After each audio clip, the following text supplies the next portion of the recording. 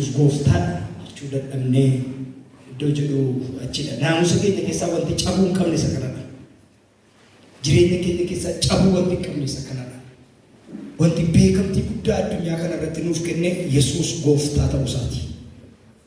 Wanti addunyaan kun hin dandeenyes kanadha. Namni biyya lafaa mo'uu kamiyyuu Yesuus Kiristoos ilma Waaqayyoo akka ta'e nama amanutu biyya lafaa kana mo'aa'edha. Itti sirbuudhaan itti uffachuudhaan biyya lafaa kana mo'uun gonkumaa hin danda'amu. Utuu namni nyaa'a jedhu nama fudhee baay'ee fudhatee badan. Hadhaa'ee jenna namni keessaa deebi'uu hin jiru. Kan akka biyya lafaa mi'aawu hin jiru ta'u leenjiftanii jennaan. Utuun soqinii tuun arabiin utuu ittiin dadhabiin sooromtu. Namni baay'ee mana sobaa keessa jiraata. Namni baay'een jireenya sobaa keessa jiraata. Yesuus Kiristoos ilma Waaqayyootu gooftaadha jedhe garuu ammaarrachuutu danda'u harka sassaabbataa, iyyuutu danda'u afaan qabataa, sobuutu danda'u Yesuus gooftaadha jedhaas arraba isaa irratti. Kanaafuu garaan isaa sassatatti baree hin jiru. Haala baroota keessatti dhufanii sodaachisan hundumaatiin kan abdii kutatanis warra biyya lafaa kanadha. Ijoollee Waaqayyoo garuu Yesuus gooftaadha jenna. Waaqayyoof haa galatu. Kadhannu. Hundumaa nurraa darbuugee lafa kaa'ee gooftummaa ati nurraa qabdu isaaf nu bitu. Gooftummaa ati nurraa qabdu sanaaf kan nu jiraachisu.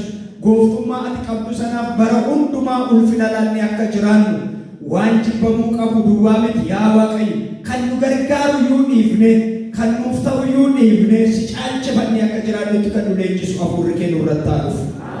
Kana hunduma isaa waan gootuuf si haa galatu. Maqaa gooftaa keenya Fayyisaa keenya Yesuus Kiristoosiin ameen. Roomaa boqonnaa 13 lakkoofsa 11 hanga 14 irratti tuun dubbadhuuni fakkeenya waa'ee amanamummaa isa jedhu irratti fakkeenya tokko isiniif kennee dhaabbadhe waa'ee jarreettan qodaa bitatanii wajjin suuraa kaatu namichi jennaanii gooftummaa amanamummaa Waaqayyo isaaniif qabu dhabanii birriidhaaf amanamanii maaliif akka amanamuu dhaban achitti dhiibne. Amma iddoon irraa eegallu isa lammaffaa ergaa Phexros boqonnaa 2 lakkoofsa 10. Caalaa dhumatti immoo warra kajeellaa foonii isa nama xureessu duukaa bu'an warra gooftummaa Waaqayyo isaan irraa qabu tuffatan adabaaf in kaa'a. Isaan warra addaggee warra of gammachiisanidha. Haasaa warra of gammachiisanidhas. Warra akka ergamoota Waaqaa keessatti ulfina qaban hin arrabsu malee hin safeeffatan jedha. Naamusi jireenyaa eessarraa akka ka'u xiqqoo dubbadheera. Waaqayyo matu Waaqa naamusaati. Waaqayyo matu Waaqa ulfinaati. Namuma immoo gaafa uume akka ofii isaatiitti uume naamusa kanaan guutuu godhee uume Waaqayyo. Namni kan mana Waaqayyoo keessatti naamusa dhabu, samirii dhabu, ulfina dhabu iyyuu hin taane iddoodhuma burqaan naamusaa abbaan ulfinaa jirutti iyyuu waamamne achi iyyuu jirra nuun. Phexros amantoota yeroo sana rakkina garaagaraatiin biyya garaagaraatti faca'anii yeroo isaanitti dubbatu boqonnaa 2 kana guutummaa isaa yoo dubbiftanii waan amantoota jajjabeessuu dubbata miti. Kutaana nama dubbise boqonnaa 2 isa lammaffaa boqonnaa 2 lakkoofsa 1 jalqabdanii hamma xumuraasaatti yoo dubbiftanii waan amantoota jajjabeessuu dubbata miti. Amantoonni warra attamii gidduu akka isaan jiraatan dubbata. Amantoonni kun yeroo isaan gooftaa kana duukaa Kiristoos kana duukaa jiraatan warri isaan keessatti faca'anii jiran, biyyi isaan keessatti faca'anii jiran, hawaasa isaan keessatti faca'anii jiran, amantiin isaan keessatti faca'anii jiran, dinagdee isaan keessatti faca'anii jiran, safuu safeeffii isaan keessatti faca'anii jiran maal akka ta'etu kaa. Isaan immoo warra addaggeedhaa jedha. Isaan immoo warra eeggannaa hin qabneedhaa jedha. Isaan immoo warra ulfina iyyuu hin qabneedhaa jedha. Kiipointiin inni kaa'u waa'ee gooftummaa Waaqayyo isaan irraa qabu tuufatanii.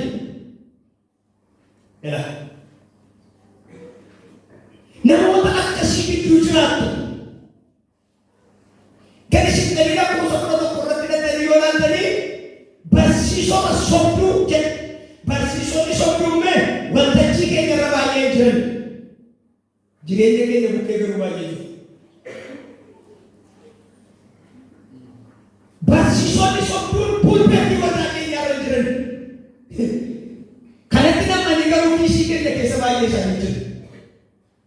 Mobaayilii keenyatti duudan ilaa addana qoma keenya keessa garuu baay'ee isaanii jiru. Barsiisonni sobduun,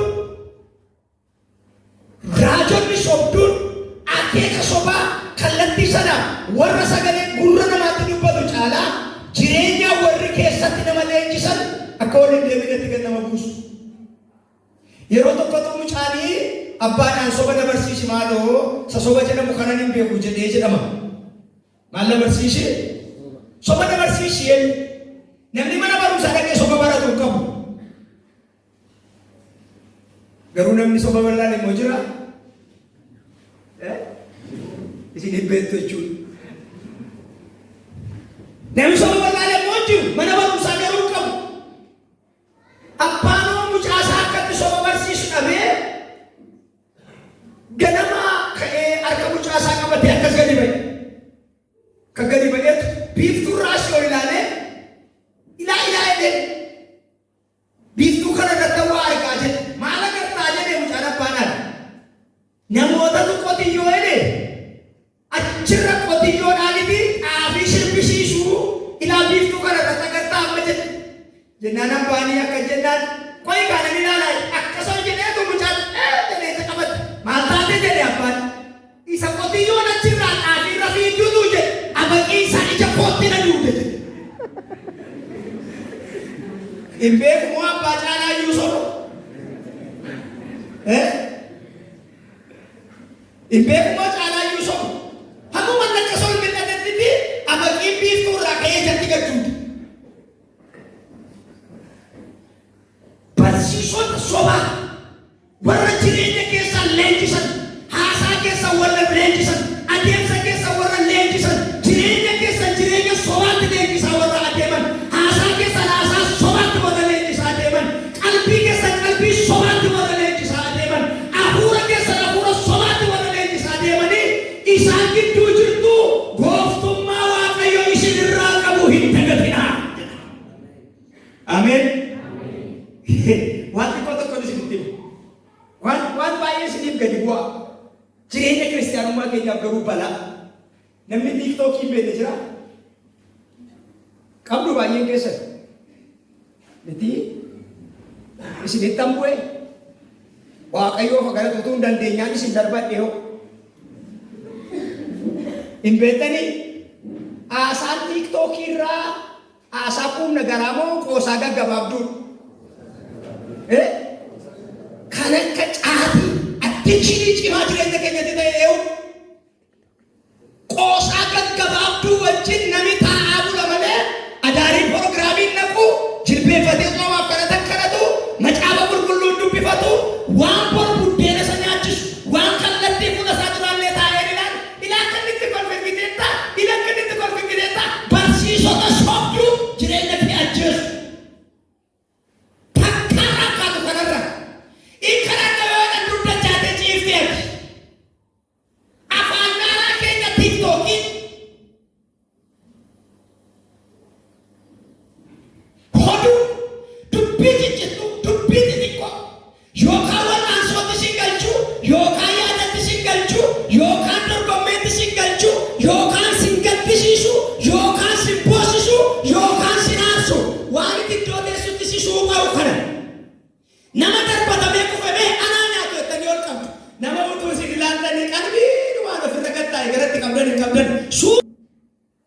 Lama cubbuu isaa kalanii qalbii diddiirrachuu dadhabuun barsiisa sobaa nuyi keessa ta'uun hin jibne handakkummaa gooftummaa Waaqayyo nurraa gataniidha. Nurraa cabsu hafuurri Waaqayyo, nurraa cabsu abiddi Waaqayyo.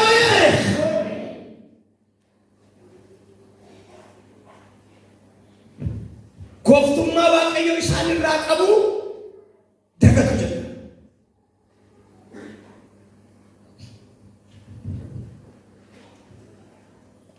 Isaan gooftummaa Waaqayyo isaan irraa qabu warri dagatan warra maaliiti?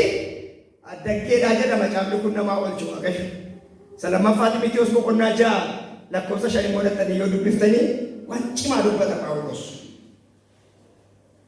Akka hawaasa keenyatti akka aasaa keenyaatti hin dubbatamu iddoo subbada. Waan cimaa dubbata. Egaa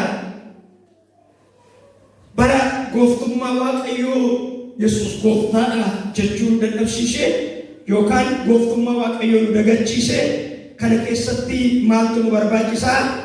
Isuma fudhanne, isuma arganne gooftummaa Waaqayyoof ayyaana Waaqayyoo kana keessatti waan ayyaanichi barbaadu ta'uudha. Naamusa jireenya kiristiyaanummaa keessatti iddoo guddaa kan qabu geggeessaa hafuura qulqulluutiin jiraachuu. Hafuurri Waaqayyoo hafuura sabiriiti. Hafuurri Waaqayyoo hafuura dhugaa. Hafuurri Waaqayyoo hafuura qulqulluu. Hafuurri Waaqayyoo hafuura qajeelinaati. Hafuurri Waaqayyoo hafuura nagaati. Hafuurri Waaqayyoo hafuura ulfinaati. Inni dhugaa beekuu keessatti geggeessa malee dhugaarraa gala nama hin galchu. Dhugaatti falmina namoonni baay'een yoo itti falmines dhugaan dhugaan yoo itti falmuu dhaabannes dhugaan maaluma dhugaanuma hin jijjiiramu hin geeddaramu. Egaa dhugaan geeddaramne kanatti of leenjisuudhaaf wantoota gochuun nurra jiru. Sanarratti dubbadhaa ergaa Phaawulos warra Roomaatiif barreessine sadeen gadda isiniif kenne sananii xiqqoo ishee yaada isaa ta'ee wantoota har'aa qabnu jireenya har'a qabnu keessatti hafuudhaa fi waa tokko tokkoon dubbadhaa amma Waaqayyo natti ibse. Tokko yeroo hojii dukkanaa mul'atu isa gooftaatti tolu beekna waan taaneef dhaabannee wal'aansoo qabuu dhiifne hojii dukkanaatiin atakaaroo ta'uu dhiifne isa gooftaatti tolu isa beeknu olaa qabu. Mee namoonni hundumtuu waan isin irra jiru ol fudhaa amma tuun jedhe maal ol fudhatu? Waan manatti dhiiftanii fiddan ol fudhattu? Baay'ee waan olaa wajjin haasa'aa jiran. Waan isin irra jiru ol fudhaa amma tuun jedhe waan manatti dhiiftanii fiddan ol fuutuyyuu maaluma ol fuutu? Waan waaqa keessa jiru ol fuutu. Ilaalee aadaa cubbuu, aasaa cubbuu, jireenya cubbuu waan isinitti munqabu. Yoo barbaaddan biyyi lafaa kummee taaksii isin lixxan keessatti isin bisiifataa deemu. Barbaadanii qaran ati nagaadhuma goda boordii lafa itti dhaabattee dhaabattaa achuma keessa dhaabattee tumaa kan koo tumaas tumsiifataa deema gidduudha. Biyyi lafaa kolleejjii biraa siin banu lafatti jirtutti si sirbisiifata. Maal goonu ree? Nama tokko takkasaan jedhe dhiyoo kana. Yeroo inni biyya lafaa keessa ture Kiristoosiin dhugaatti baanee namni kun Kiristoos laphee isaa baqassee gara mana Waaqayyoo dhufu. Gaafa gara mana Waaqayyoo dhufu immoo deebi'ee Waaqayyoo wajjin walitti maxxane. Amma utuma baratu utuma mana Waaqayyoo keessa taa'u konfirmeeshinii baratee deeqama zamburtii baratee mucaan hafuura Waaqayyoo geeddaramee amantoonni jaallatanii akkuma ijoollee keessa karaa koree dargaggootaatti filatan. Gaafa koree dargaggootaatti filatanii inni atakaaroo mana kana keessaan beeku. Inni xaxaasa qe'ee kanaan beeku. Ergamootuma Waaqayyoo geeddarca'ee nu geggeessase utuma waggaa 2 gaafa turu waggaa 3ffaatti gaafa ce'anii laga keenya, sanyii keenya, fira keenya, horma keenya, ganda keenya, naannoo keenya, maaloo keenya wanti jettu tokko jirtu. Hidda kana hatarsaasu ilmi Waaqayyoo. Nuyi namoota biyya waaqarraatti gooftaan keenya fayyisaan keenya Yesuus Kiristoos achii nuu dhufa jennee abdanne. የቤተ ክርስቲያን መቅረሳ የአገልጋዮች መቅረስ የቤተ ክርስቲያኖች ማዳን የማይችል ቁስል በኢየሱስ ስም ይሰበር።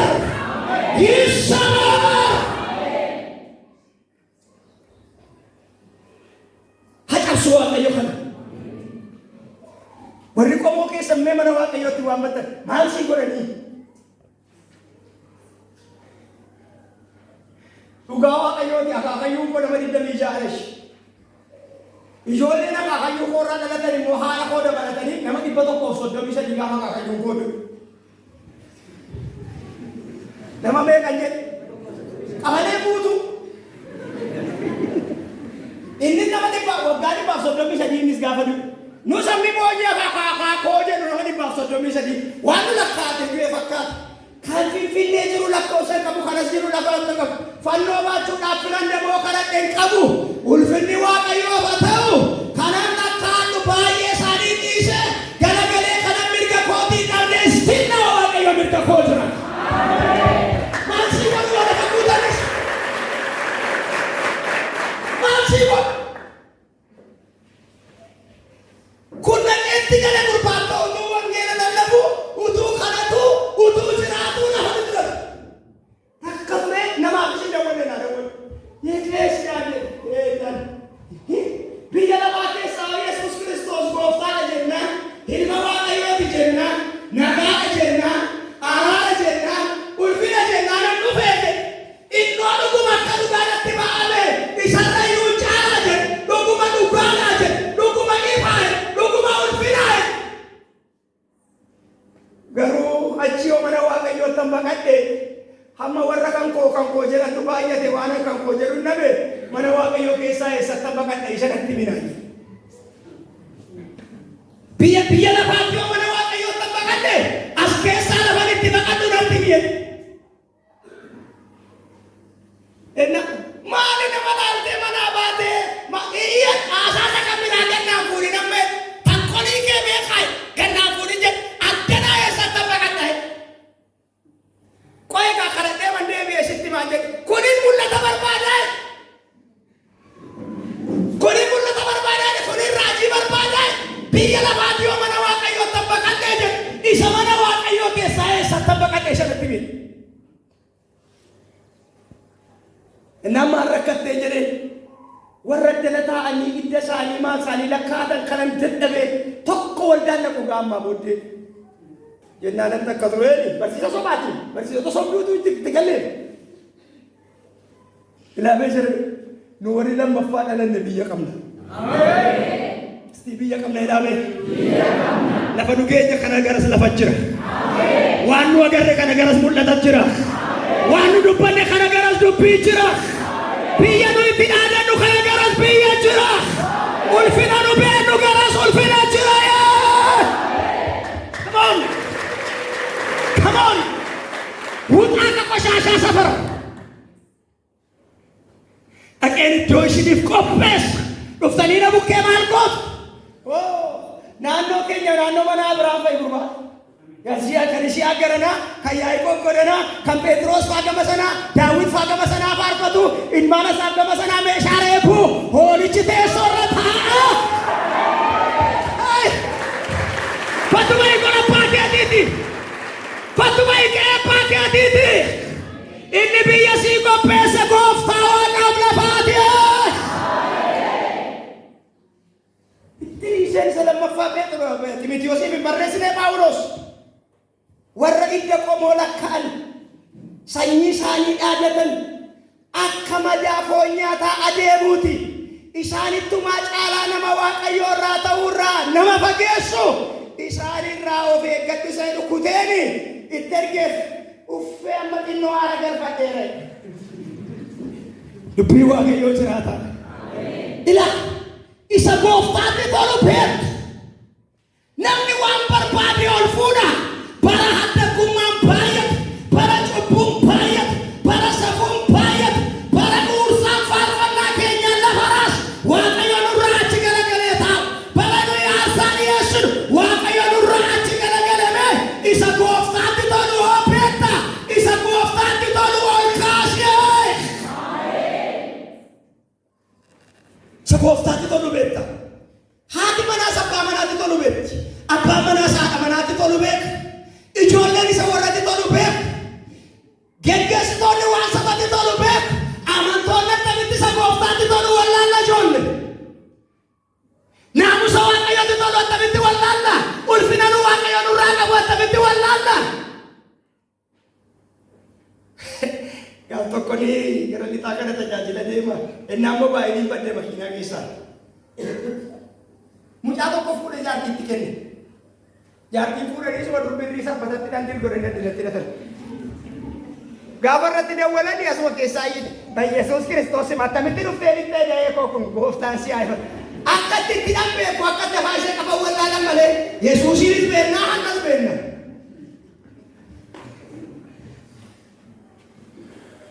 Mina mas bukkee jiruun matumaa rooroftu sakooftaatti tolu beektaati jedhame. Seeyooti tolu beekta. Seeyooti tolu beektu. Yoo beekaa karaarraa jal'ifne malee midhaan soonnamu maaltu nutti rannaan. Yoo beekaa didduu taane malee hamma dhuguma maal dhabneeti.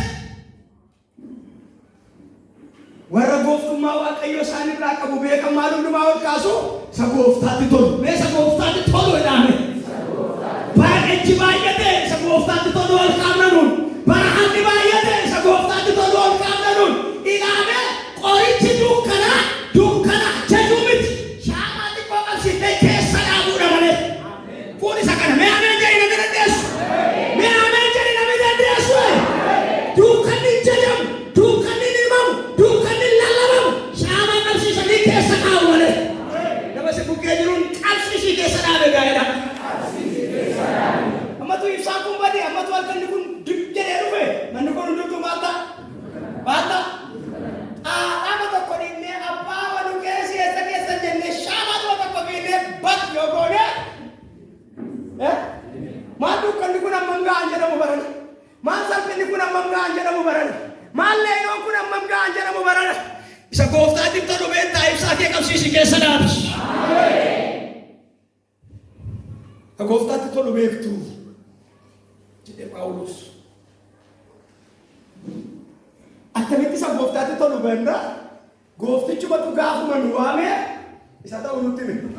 Karaatu aneeti. Jireenyatu aneeti. Dhugaatu aneeti. Isarraa kana fe'oo hundi isaa soba.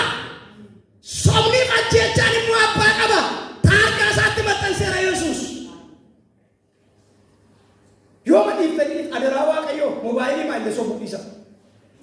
Lafa jirtan faayifadha. Andandee yoo namni mee eessa jirtan iddoo akkasii lafa ni dhaabatee naa deemuun maaliif beekan. Ilaa immoo hundi kun rakkateetu tarii nafee nasee. Eessa itti taaksii keessa jira farmaataa taaksiin jira. Eessa iddoo tokko immoo maqaa ishee wallaalee taaksii ma keessa jiran jedhe boordii keenya yeroo sana. Eessa itti maasheen jiituu jira jiituu jedhe irraa fagaa deebisarraa lafuma jiru dubbadha lafa ni dhaabu. Dugda duuba taa'ee yoo inni fuulduratti naa deemuun maala jedhan. አይወጥረኝም ስራዬ አይደለም ጆበሌስ ደጎጎራ ሆነ መደበለ ሶቤ ውጫ ሰይጣናንተው ከቦል ሶቤ ውጫ ዱከናንተው ጎፍማ ዋቀራ ከውዝዋሪሞ ወልዳን ዲባዬ ከሰማት ከሰይዱ ሶብ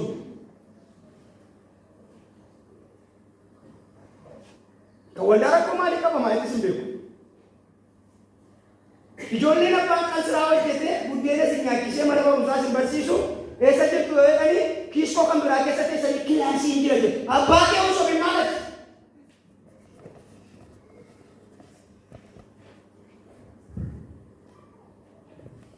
Nyaatanii awwaalli natti hin beekamu hin dubbadhu. Nawuu kee miti deeguu kee kan sirrii qaban.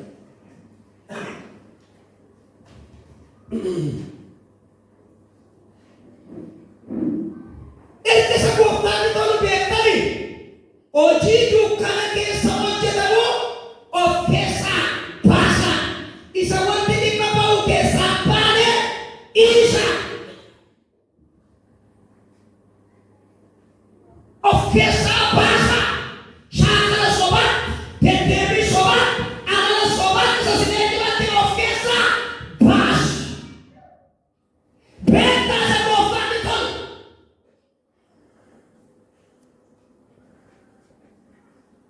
Sa gooftaan tolu beektu. Sa wanta dukkana keessa hojjetamu sana ofirraa baasaa. Namoonni hojii akkasii hojjetan isin gidduu jiru. Isa gooftaatti tolle namoonni hojjetan isin gidduu jiru. Yoo duunemee jiru, yoo duunemee amantoota manni keenya lafattafu, kophee keenya suuqattafu, wayyaa keenya yoo laa walitti geeffannee wajjinta konkolaataa keenya asumatti bifti keenyas dhibban wanti nu goone hundi dhumban kan faana dheesse biraa namni amma barcuma firdii Kiristoositti hojii keeti.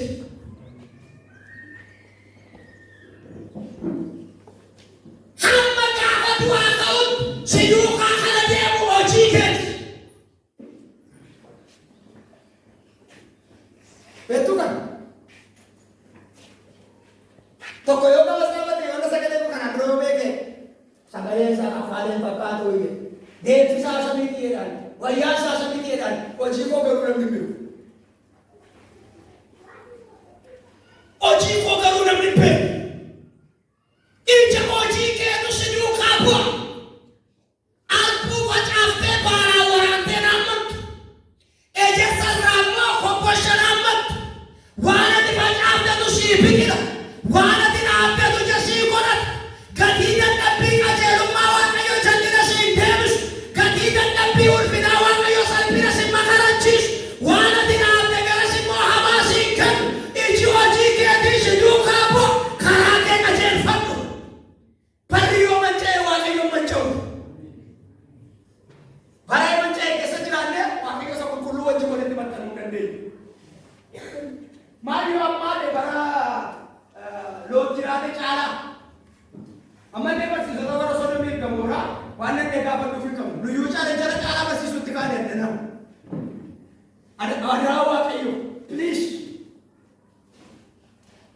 warri lallabnu warri barsiifnu dhugaa macaafa qulqulluu keessa jiru agarsiifnu xebeettema biyya lafaan dubbannu kun inni akkasii jiraa jedha gooftaanis akkasii hundi ishee dheeda gaggeessa akka garaa jaban warra akka ergamoota waaqa keessaatti ilaalaman iyyuu warra cubbuu hojjetanii egaa namaa keessa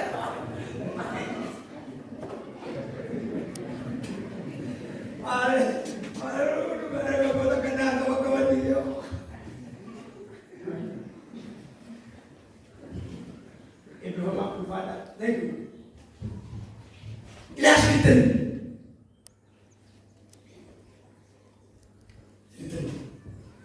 beena ijoollee keenyaan nu qabu abalukkoo akkam godhe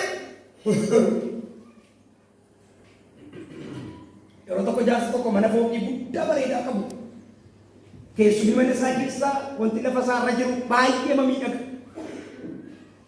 Haati mana isaanii nobbaafatanii ijoolleen isaanii barumsaan sokkanii takka turanii jaarsoo mana dhiisanii laga gogoonee laga caffee wayii tokko akka mana gandaa tokko barbaadanii mana isaanii karaa fuullee mana isaanii baqatanii dhaqanii chitti kiraayee fudhatanii galan.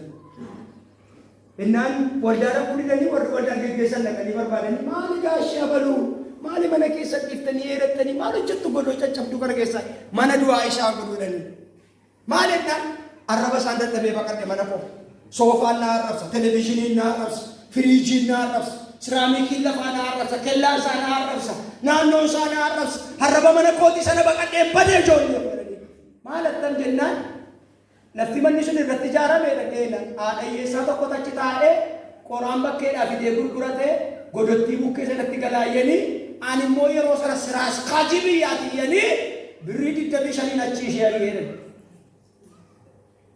birrii 25 jaartii ari'anii waaqa san birrii 25 ari'ite jedhu sammuu jalaa moo galuu dadhaban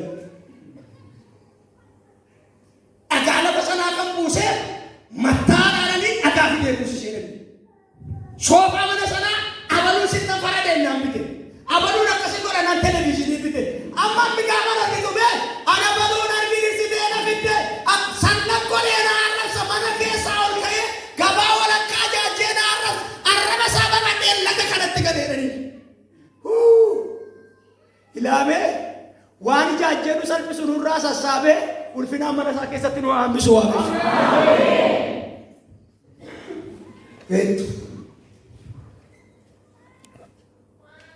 beektu sagooftaatti tolu beektu jedhee dubbata.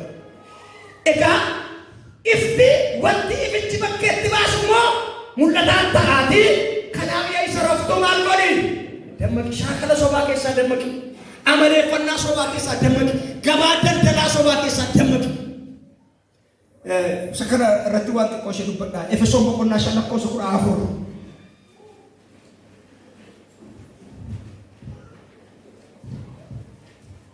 Kristos siif ibsa. Kanaaf yaa isa raftuu dammaqii jedha.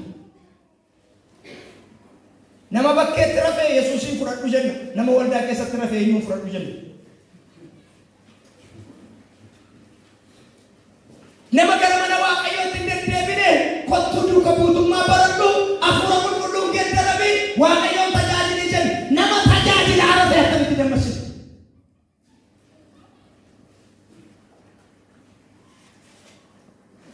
Deemaan biyya lafaa kana jaallatee Tasaloniqee keessa badee jenna.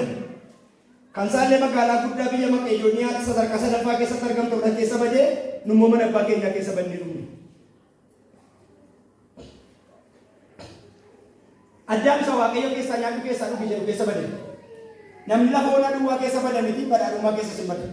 Waan Waaqayyo kennee keessa uummata namni. Egaa eenyutu isa lafa itti badde? Kiristoos. Mejedhame Kiristoos jedhame. Kiristoos. Ano dubbadha ammayyuu? Jedhame itti dabala ammayyuu? Mejedhaatti dabala ammayyuu? Kiristoos. Faarfattoota Kiristoos. Lallaboota Kiristoos. Raajota Kiristoos. Abboota amantii Kiristoos. Koreewwanii Kiristoos.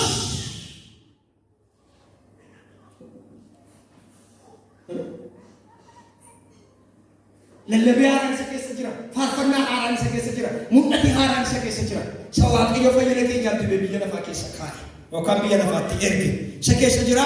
Kiristoos siif ibsaa jedha. Du'a barri kana Kiristoos kiristaanotatti fide maali?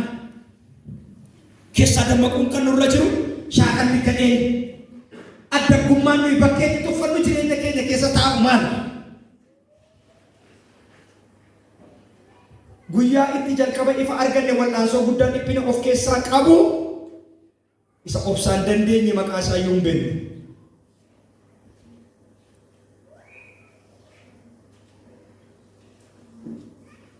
Guyyaa itti jalqaba ifa arganne wal'aansoo guddaa immoo obsaan dandeenye.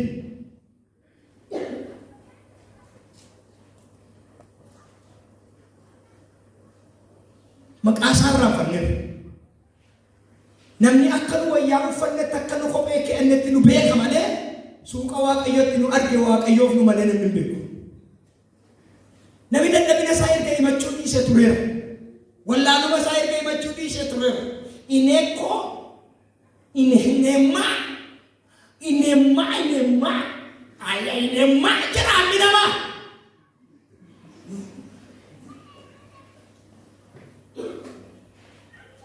Gaaf tokko waan oodaan arge iddoo tokkotti.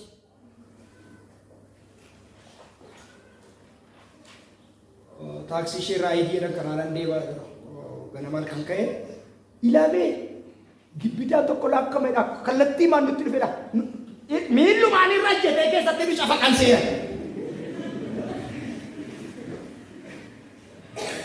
እና ሹፌርቺ ምንድን ነው እያጋጠመ ያለው? ቀጥ ብለን ዳው እንጂ ለምንና የለበሰው ስጋ ነው እንጂ ብረት አይደለም እንጂ ልክ ነው የተገሽ ተለምትት ጋባኑ ብረት ያለው ማጣራቀን ፈቀመነ ምን ማለት ነው? የለበሰው ስጋ ነው ወደ መንሶክን ማልፊ ገኑ በቀባ ምን መስ ቡኬ ጅሩሜ አደጥቶ ፊኒዳሊን ጀዳሜ ኦፊን ዲንቅፋቲን ጀዳሜ ኦፊቲናን ኖፍቴ ኦፊን ፋርፋቲን ጀዳሜ kanuutu uffatte kun fooni jedhame lafa si fuudheef akkatti si fidee kan beeku Waaqayyoof gooftummaa isaa deebiseedha.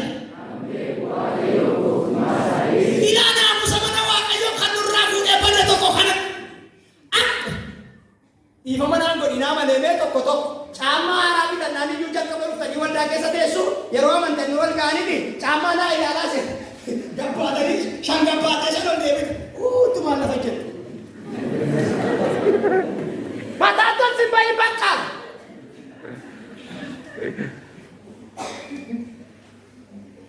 Waan aduu gadii kan akkasumaaniiti. Guyyoota jalqaba itti ifa argattan wal'aansoo guddaa dhiphina of keessaa qabu haala keessaa galagaluu hin dandeenye sana keessatti qabamte firri sirraa baqate jiruu sirraa baqate jireenyi sirraa baqate abbaan si dagate haati si dagatte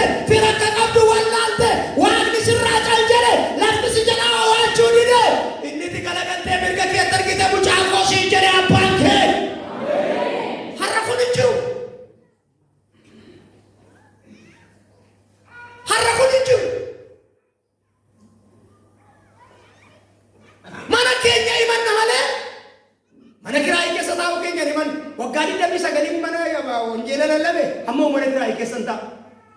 Maallaa gootu garaan isin hin jibbu waan isin dhibu amma har'aatti na dadhabeen beeku Waaqayyo. Qaawwa koo alagaan salphina koo hormi qullaa koo salphina kootti kan kolfuu barbaadu tokkotti iyyuu nan agarsiifne akka gaafa sin danda'a jedheetti na wajjin jira Waaqayyo. Akka gaafa sin danda'u jedheetti na wajjin jira Waaqayyo. Gaafa sana kiristaanummaan daboo qabaaman hiriyummaadhaan hin narra waldaan humnee wal balleessine bee hiriyummaadhaan hin narra fikiriidha jennee takka turree bittirii walitti taane bee gaafa sana jiraa gooftaan jiraa firri gaafa sana obboleettiin shurrubbaa kee koomee kee ija kee gugee kee inni jedhume Yesuus Kiristoos gaafa si arge ija kee sin agarre gugee kee sin agarre qiciicaa kee sin agarre shurrubbaa kee sin agarre fannoo irratti dhiiga isaa dhangalaasee balbala shoonitti si arge balbala du'aatti si arge balbala almasee dhalaatti si argeetu ati mucaa jireenyaa taataa koottu si jedhee amaayyee beeki gaafas. Dargaggoonni dhiirota yeroo dhuman kilaasii keessa jiru ani baay'ee hojjedha. Utuu ati boolla naqin balbala shoonitti si argee qooda warra du'anii miti jiraadhu si jedhee jireenyatti si deebise. Guyyootatti dhiphina guddaa obsaan dandeesse ilmi Waaqayyoo si arge sana hin dagatiyyee. Ibroota boqonnaa 10:32 jalqaba guyyoota itti ifa argattan wal'aansoo guddaa dhiphina of keessaa qabu sana guyyaa sana maaliin godhina? Hin dagatina.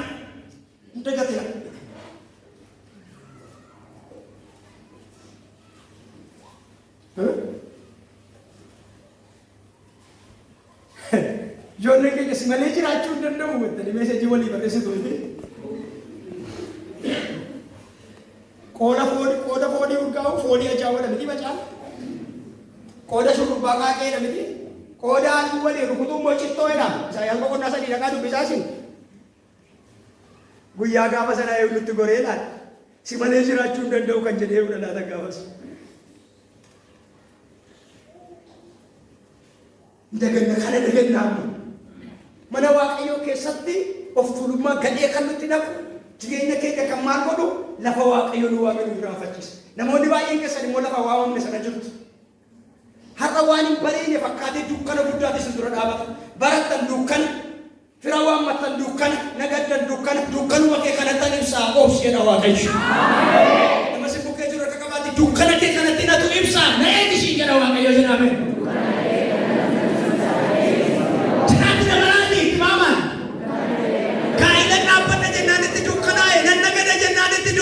Biyyaan baa jennaanitti dukkanaa'e na tajaajila jennaanitti dukkanaa'e biyya tajaajila jennaanitti dukkanaa'e nama biraa itti dukkanaa'e bara biraa itti dukkanaa'e Waaqayyo biraa itti ta'e. Dukkanuma kee kanatti ibsa Waaqayyo. Ameen. Namoota baay'ee itti ibsee machii fi dagatina.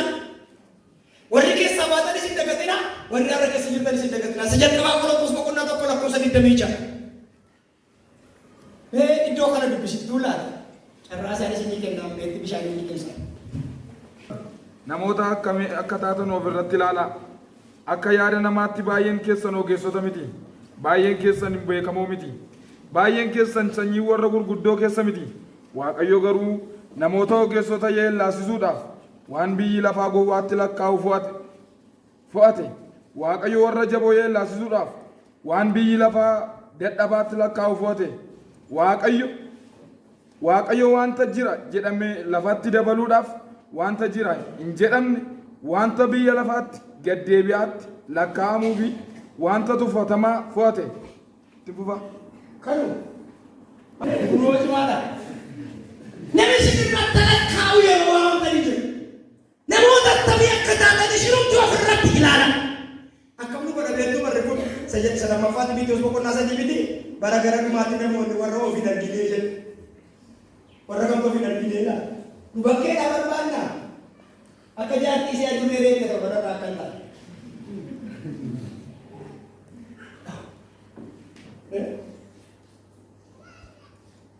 Maali argeeru leena amma sachiin ga'u malee as. Kun hafuurri qulqulluun nurraa akka fagaatu godhu. Hafuurri Waaqayyoo jireenya keenyatti akka hin buune godhu. Kanaafuu maal goona? Of jajjabeessina. Afaan haaraa uummakorraa malee la.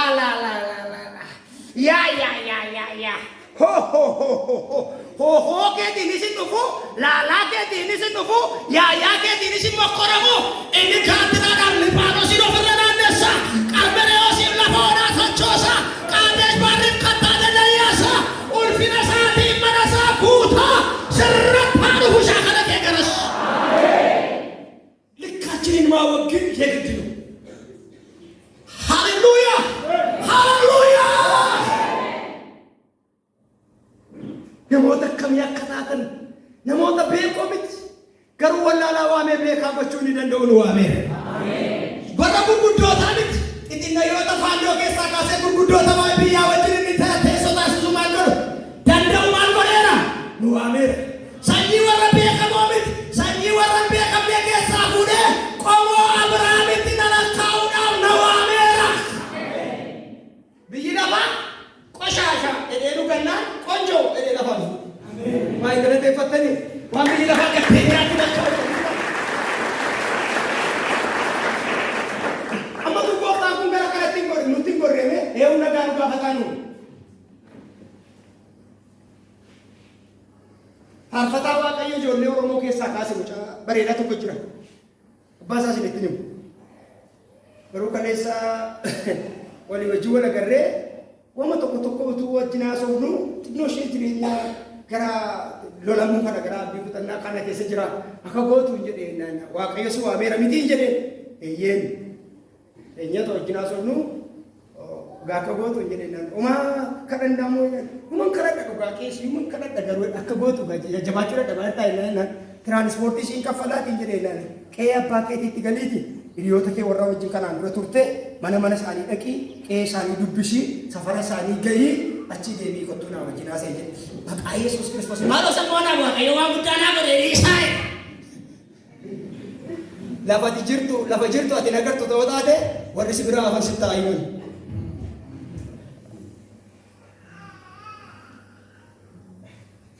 Safuu Waaqayyo akka nu wallaallu kan nu godhu lafa Waaqayyo nu kaasee wallaallu. Waa'ee kan biraa dhisa.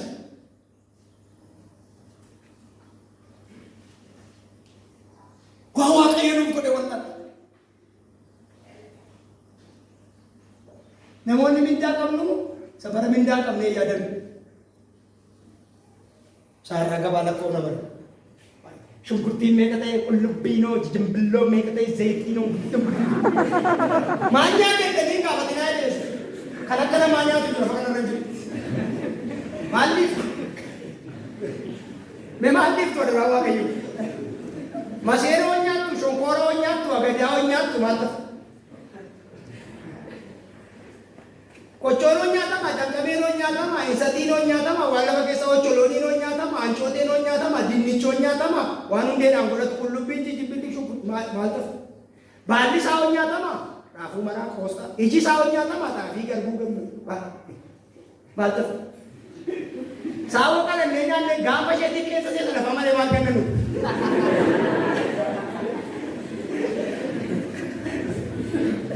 Wanti lafu jiru. Haamuma kana keessa baay'een jedhee Yesuus mana masa fakkeenya jiru baay'een jedhee jedhee nyaataan akka namaa lafa kana reessee baala tafamoo midhaan tafamoo foon tafu.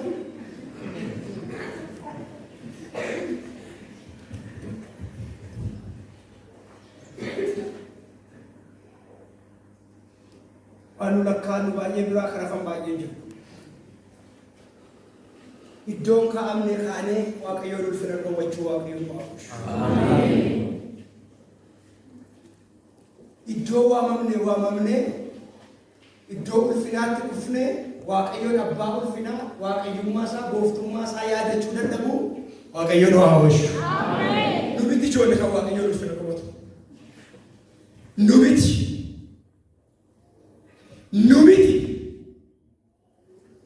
Nubiti namni Waaqayyo biratti salphatu.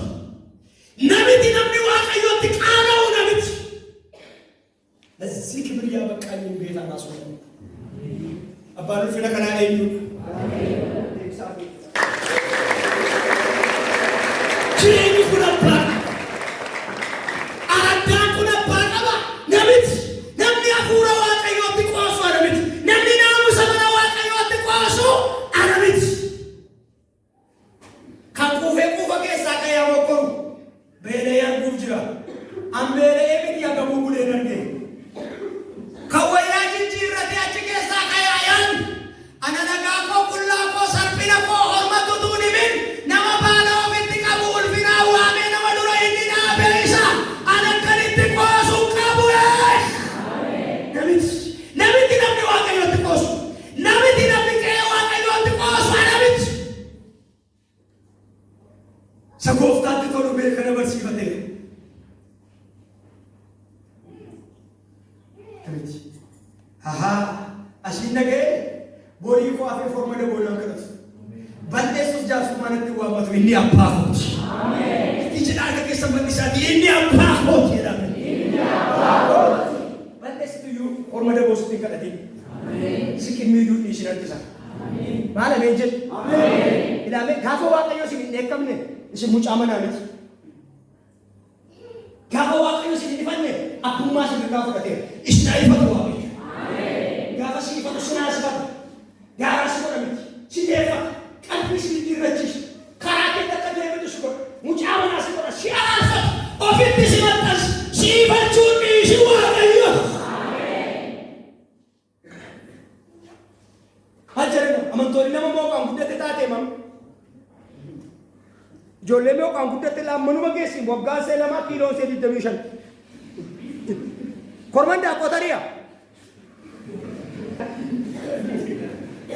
Isheen kufaa qacaaqaatti miillatti kopheen keenya corroqa dhiigaa guddatte yeroo asii kubbaa bira dabarsitee kubbaa sammaa dhiittume baalastiraadhaan dhiitteettu malee miillaan dhiitte akka ajiibaa akka jedha.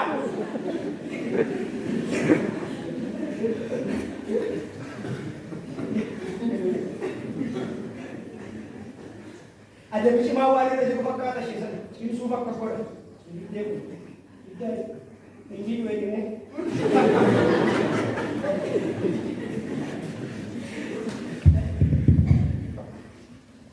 Ini dua. Bisa dekat. Lam. Kan Paulus indagat tani dan makaadu ini kamberani amanat cuke sadi sagati buddha kamu hidup ada. Waaqayyo inni nuyi amananne bakka bu'ee qabu. Waaqayyo inni duukaa buune fakkaattii qabu. Waaqayyo inni bakkanne hiriyaa qabu. Adda yuuni jedhaana ku'een haalluuyaa. Sime haalluuyaa jedhame. Waaqayyo inni amananne jedhame. Inni duukaa bu'e jedhame. Inni bakkatti jedhame. Fakkaattii. Hiriyaa. Dorgoma. Kita boleh apa? Karena gabung tadi kita sama orang cari kaya. Karena gabung tadi kita sama orang kaya. Karena gabung tadi kita di penjaga tapi jangan di kota-kota tadi orang kaya.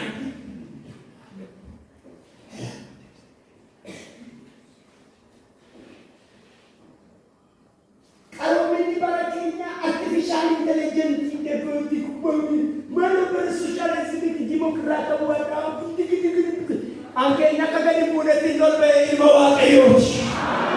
Ako kasama madu berbeda dengan kenipu. Kamu kebuang Allah mendidik galana pintu serpisisa, pintu abdurahaya, dukan afi falidimsa, ifa barabaranin balle mulla jumjiraya. Karena mana desa.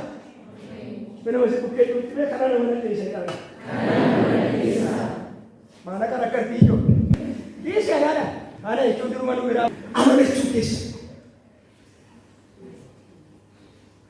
Lapan disebut ini nakatna. Lama fa amanah cukis sangat tidak apa? Warga tidak tidak apa? Abidal lama. Garu lafa gaya kata dulu. Lafa tu warga tarik apa? waaqayyo duratti warqeeni maal madaala baasa? Lubbuu cubbamaa dhiiga Kiristoosiin bitametu warqeedha achitti. Ameen. Paalameeni jettanii baala. Ameen. Sibiilli laata keessa. Lubbuu cubbamaa dhiiga Kiristoosiin wala boobetu warqeedha achitti. Kanaaf inni macaafa raajii Isaayyaas irratti warqee keessa hundaan sibiilaa ta'u qabeenyaa keessa immoo akka kosii gadi gatama.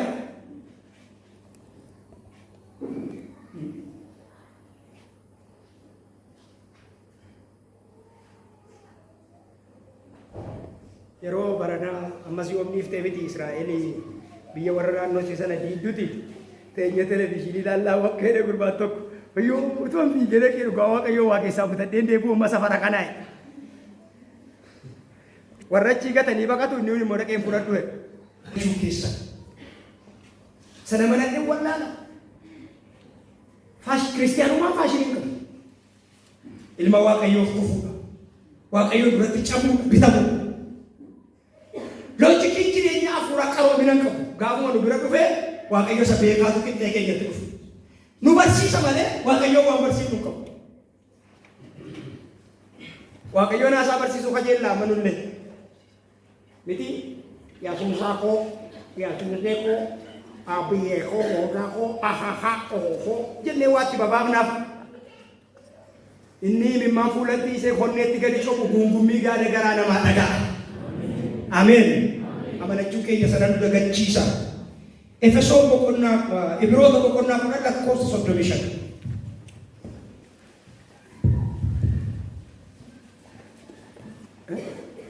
Namootatti mika.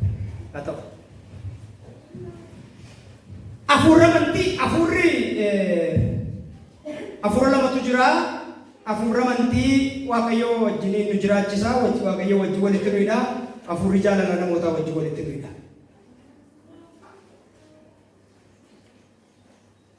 Kana dhaabe Yesuus nama akka mataa keetiitti akka ofii keetiitti jaalladhu jedhe. Waaqayyoon immoo amanu. Amantiin isa firaa wajjin walitti nuyi miti. Isa qomoo wajjin walitti nuyi miti. Isa waaqayyoo wajjin walitti nuyi. Jaalalli immoo isa namaa wajjin walitti nuyi. Sagalee waaqayyooti kan biraa kan nuyi irraanfanne amma. Kan nuyi keessatti naamusa qabne sagalee waaqayyooti. An dhugaa waaqa jiraata shingalaa ayyaana maal wadda'u. Waaqayyo waaqayyo bara bara isinaa eebbisu. Ameen. Sagalee waaqayyo bifna guddaa laatan waldaa kana arbaan shanaffaan dhufu.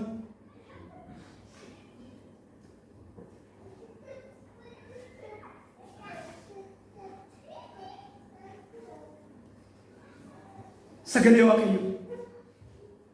Isa waaqni lafti ittiin uumame. Isa wanti hundinuu isaan ta'e. Isa wanta hundumaa baatu. Isa fayyisuudhaaf humna qabu. Sagalee waaqayyo isa Alaazaariin du'aa kaase. Isa Eliyaasiin waamee jireenyatti deebise. Isa jireenya keenya kana akka inni har'a jiru kaleessa dubbate har'a godhu. Sagalee waaqayyoo keessatti naamusa jireenya keenya eeggachuutu nurra jira. Sagalee waaqayyoo isin keessan jiru taanaan dallaan isin irraa diigameera. Waaqayyo bakka akka nutti buusu lafa nu jalaan raasu. Dallaa bummaa isaa yoo nurraa diiggate hubana. Kana nun godhin. Meerka keessa ol kaasa. Kanaaf nan godhin jedhame. Naan dubbadhaa bayeessa godhaati. Sinitti hima. Utuu dubbii waaqayyootti gatteessanii mee nu warra lallabu beekaaniti taa'ii dubbii waaqayyoo akkasiin jedhu nu jettu. Maal nu waan jaallate lallabama? Waan jaallate. Kiruwaanis cimaadha. Ibroota boqonnaa 1 lakkoofsa 1 hanga 3. Inni kan biraan naamusi jireenya keenya kiristiyaanota hundaa keessaa badee har'aa waa'ee qalbii diddiirrannaati. Qalbii diddiirradhaa kan jedhe waaqayyo gooftaa machaati. Garaa keessanii geeddaradhaa gara kootti deebi'aa kan jedhe. Maaliif duutu siyyaa mana Israa'el karaa keessan isa hamaarraa deebi'aa kan jedhe waaqayyoodha. Nama deebi'eefi balballi waaqayyoo amma iyyuu banamaa. Deebi'u saatii keessanii.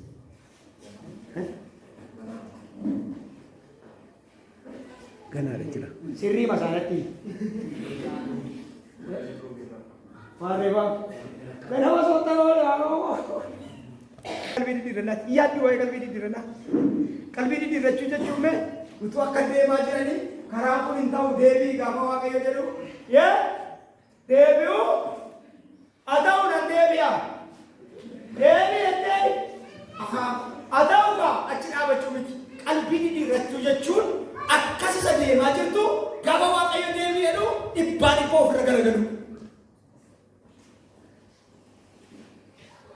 Ibani pada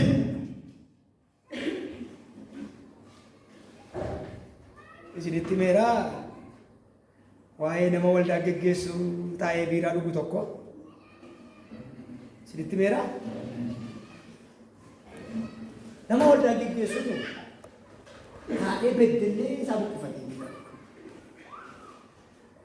namichi tokko immoo wangeela lallaba deemee wangeela lallaba inni wangeela lallabu beeka biiraa dhugu kana beeke akka carraa ta'ee torban lama fuu booddee sagantaa waldaa sanaa qabaa inni wangeela lallabu silaa gaaf tokko tokko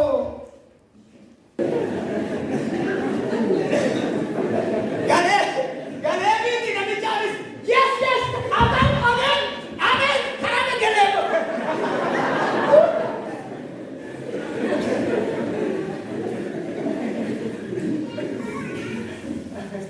Nanti berfikir mana agar macam itu. Nama-nama hari jadi berat satu negara Jawa Timur. Mana-nama hari jadi betul fatan unar. Nama-nama paling saja mana kian orang jadi mana enyu bakat Dewa Atas. Betul tak? Betul? Namichi wanggela mati Yohanes pokok nasa gani rasul majid. Ilmu Dawid namari. Sagale kana bilang dapat ilmu Waaqayyo hin abatif.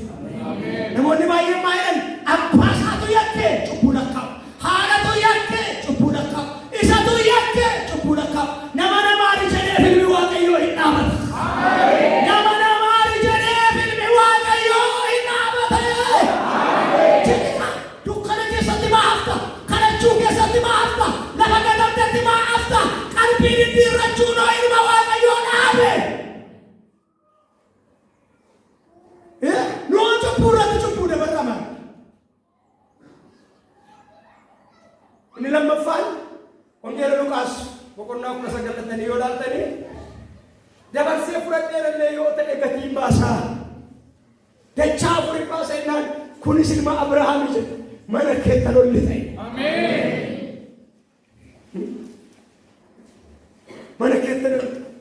Namun disungka apa banyak tadi nabi cesana. Fura ni balbala mana penting sana gadi busani Yesus Kristus kaisne ke hudura kijenne isa sihine isa namate paasi pare isa karasi dawate cukup ke mantare shiri pamerai hada na wadikan cupuna mana magi sukan dadawa kayo malejra jaran Yesus Kristus cupuna mana magi sudah fabo kabaje detu namichani ko kaisne ke fura hudura ki Erga kalbi di dirana sire rana makase. Erga sire ni kita kalbi di dirana ni mawa kayo mana nama bulce. Erga kalbi di dirana Kristosin nama abe. Malik nama sire kalbi di dirana nurra fagatarun.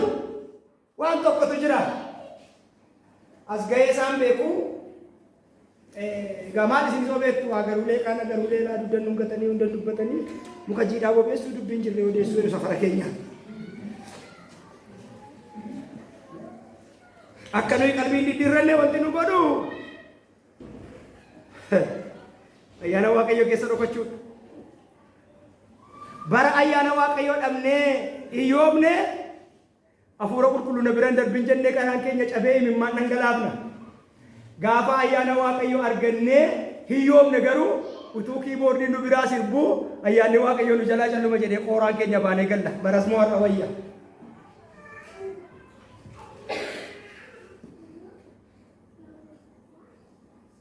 Redeemu?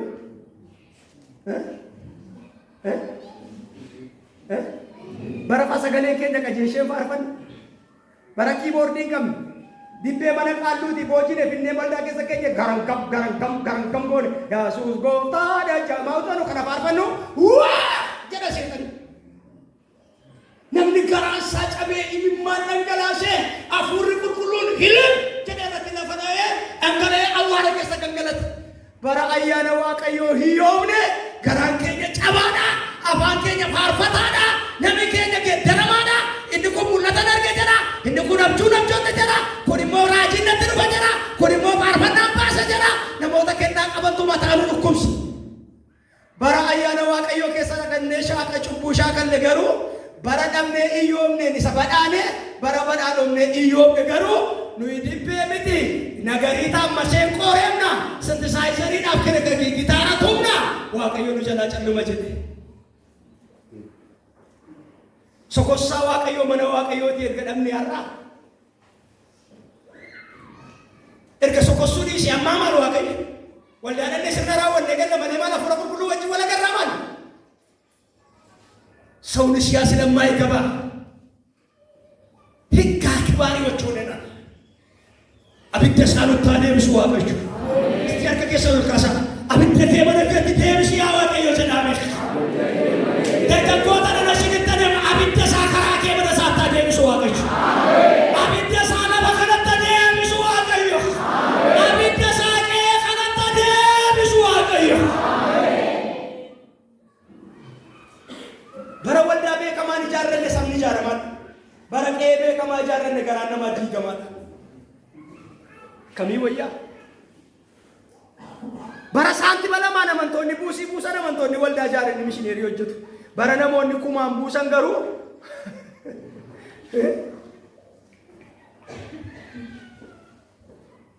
maal jedhu qalbii diddirannaa dadhabne. Qalbii diddirannaa dadhabne. Kanatti iyyoomnee jirraa kana keessaa dammaquun ba'eessa. Hafuurri qulqulluu yeroo dhufu amma nama boo'uun argitan baay'ee nama boo'uun argitan. Hin cabu lapheen namaa itti mul'isu cubbuu isaatti mul'isu hin ifatu. Sanamni jaarsi waldaa isin ifatu maal gootu isin? Isa koreen isin ifatu maal gootu isin? San laphee kee ifatudha dinqiin. Gaafa danaanni ifatu mee ilmaantu boo'uun jedhe isin keessaa lafa dha. Jilbeenfadhaan barbaadu namni ofii isaatii fuula Waaqayyootti bitamu. Garaa isaatu cabu. Akka jedha sagalee Waaqayyoo. Waaqayyoo hafuura cabee mul'aa'etti yaada garaa gaddeebi'etti maaliidha? Dhiyoodha. Kan Waaqayyoon isinitti dhiyeessu eenyuunu miti. Hafuura cabaa yaada garaa gaddeebi'a. Hafuura bullaa hin tuffatu jedhan. Qoqonnoorree dhufne waldaa keessatti. Nuyyuu akkatti lallaba qulqulluu lallabnu sodaa kan maaliif namoota baratantu keessa jira. Maal fiiziksii moo keemistiriin isin barsiisan oo wangeela lallaba? Allallabaa wangeelaati. Isa caafame lallabaan. Enaan jedhame isa caafame lallabdaati naan jedhame. Caafame lallabdaati. Ne jedhame. Caafame lallabdaati. Digirii koomitiin nama beekee abbaa isaa waamnetu lallabee namaan allallabaadha malee. Qorataa baraa miti man, saayintistii miti yan, arkeoloojistii miti yan, qorataa afaanii miti yan, qorataa aadaa miti yan, lallabaa wangeelaati yan. Kanaafuu namoonni babbaratanii baratee wallaalaatu lallabaman. Qurxummii qabduu fuudhee lallabaa godhe. Phaawulos isa biyya bulchu fuudhee lallabaa godhe. Luqaas isa ogeessa fayyaas fuudhee lallabaa godhe. Lallabaa nama godhaa lallabaa sila godhuree. Nama si bukkee jiru mee lallabaa wangeelaa si haa godhudha. Beekumsi barbaachisa? Maal Waaqayyo burqaa beekumsaati. Kanaan morma taanaananii jireenya hin qabuun hajajaadhaan garuu waan isinitti hima lallaba gowwummaadhaan lallabuun garaan keessa na cabu. Laphee keessa na cabu. Bara ayinatti buddeenaa dubbannu malee kutaa macaafaa dubbachuu dadhabnu.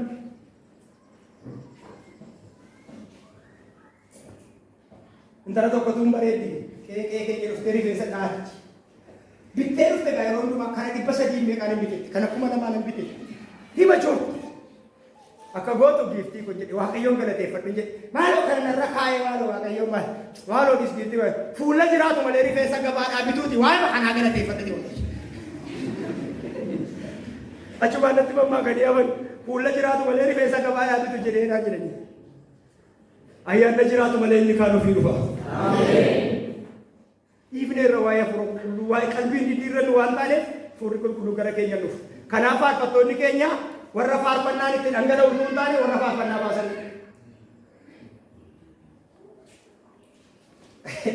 Gareedhaan keenya baafna. Yesuus Kiristoos gaafa isin jettanii ilma Waaqayyoo kan jedhuun fidan immoo isin immoo Maariyaam dubarraa isa dhalaate jettu walitti daanu. Yebees irraa hodhannin hojii manaa nuu ta'e doonta hojii mana al takkaa dhangalaasee gad sirratti dhangalaasu Waaqayyo. Panees irratti dhangalaasu Waaqayyo. Panees irratti dhangalaasu Waaqayyo. Panees irratti dhangalaasu Waaqayyo. የግሩፕ ስራ አይደለም፣ ብቻውን ዓለምን መናወጥ የሚያስችል ፓወር። አሜን። ለኮማሳ ያደረገ ሰው ኩራቲ አዱኛ ሰቾሱ ሰደደው ቡርካያና ነረተ ለንገላሰ አሜን።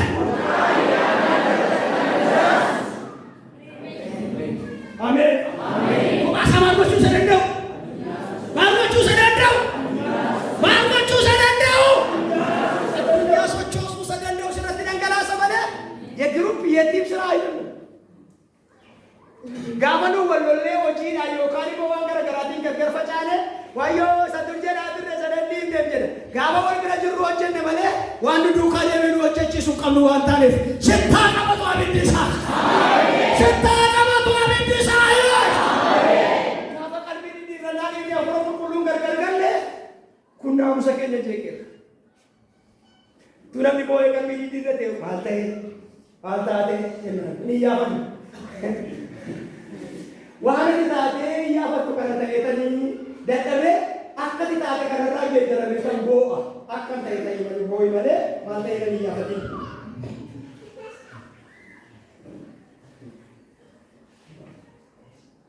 Akka ta'e yaada namni baay'ee isaa tokko isinitti himu warra waldaa keessaatu waldalchilee ijoollee jiru uffannee asuma ijoollee guddifne malee bakkeedha nama booji'aa jiru. Nama dhufee walumaan wanta dhiisee baay'ee kanaafuu warra cuubeetti guddifna malee warra booji'eetti fidaa jiru. Maal nagee dhufa utuu abiddi boba'ee yoo biyya abidda boba'u yaa yoo abiddi boba'ee gabaa qaba naasii biyyaa fakkatan al tokko dibbe bakka shaara sunan biyya tan jirtu karaa kan jiidhaa gadi si ijoollee kara sana dhufsan kara achitti wangeela lallannaa yoo gaaf tokko wangeeluma lallabna biyyi sun immoo Gari, Waaqayyo gari. Wangeela lallabna dibbii mana barumsaa tokko jiraachitti mee jaarsa qophaa'e. Na waa'ee lolaa, waa'ee waraansaa, waa'ee maalii taphachitti. Kanaaf dhufan jarro. Utuu wangeelli lallabamuutu abiddi bukkeema samaa irraa gadi bu'eedhani. Nuyi hin agarre nu wangeela lallabnu. Gamaa gamanaa sabni namaa baala qabsi guyyaa isaa baadhaan. Miiraa gaarii yogguu dhufan abiddi jiru. Yeroo gama dhaabatan maalan amni baala baatee dhufe seeqanni keessaa iyyee amantoota ta'e. Har'a saba kaa ta'anii dhaabatan ala sana waldaa tokkoodha har'a saba kaa tokkoodha ulfina Waaqayyoo fida. Abidda gadi isinitti buusu Waaqayyo. Abidda gadi isinitti buusu Waaqayyo. Dhunkee kanatti adeemu. Aanni keessaa yaa'u yaadne hin baraka kan. Hafuurri Waaqayyoo qe'ee kanatti adeemu.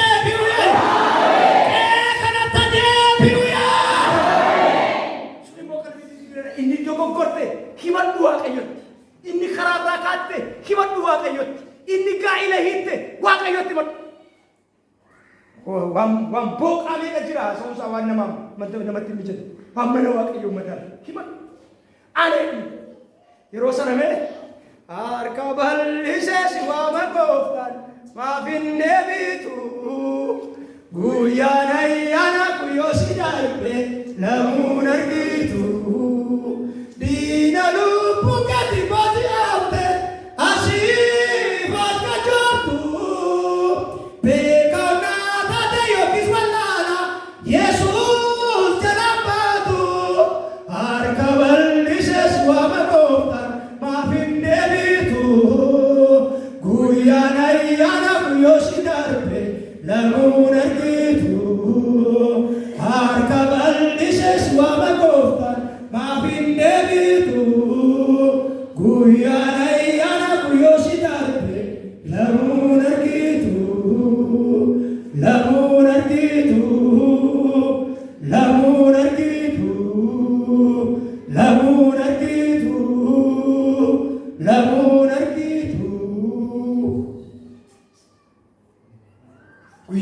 waaqayyotti si waamu hafuurri waaqayyoo si qirqidu keessa keetti haasa'u firmaataa sanatti fufinii dhaabadhu.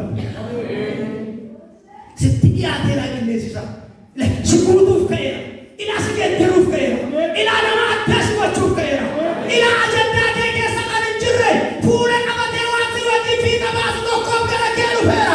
Keessummaa cimaa tokko balbala kee dhaabateera. Lafa dhiisi jala kana dhaabadhu.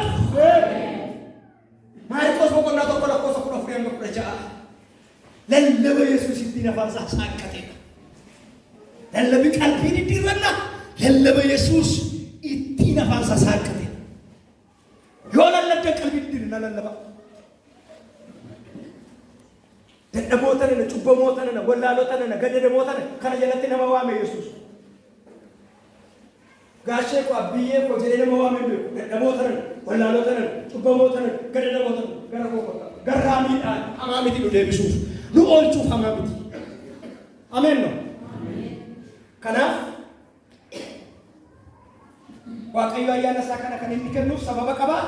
Ayyaanni Waaqayyo ayyaana qabaa miti. Ayyaanni Waaqayyo ayyaana qoosaa miti. Ayyaanni Waaqayyo ayyaana xiqqoo caran miti. Ayyaanni Waaqayyo ayyaana itti dadhaban miti. Idimee bacammaree ቁጥር ኃይሌ ይላላል መንፈስህ ይበረታል። በለመስ ቡከ ጅሮ ከቀባቲ ከመድባት ዳይባ አፉሪ Waaqayyo sirratti gadaamu jedha. Afuurri Waaqayyo sirratti gadaamu. Bara umurii kee dabalu jedha.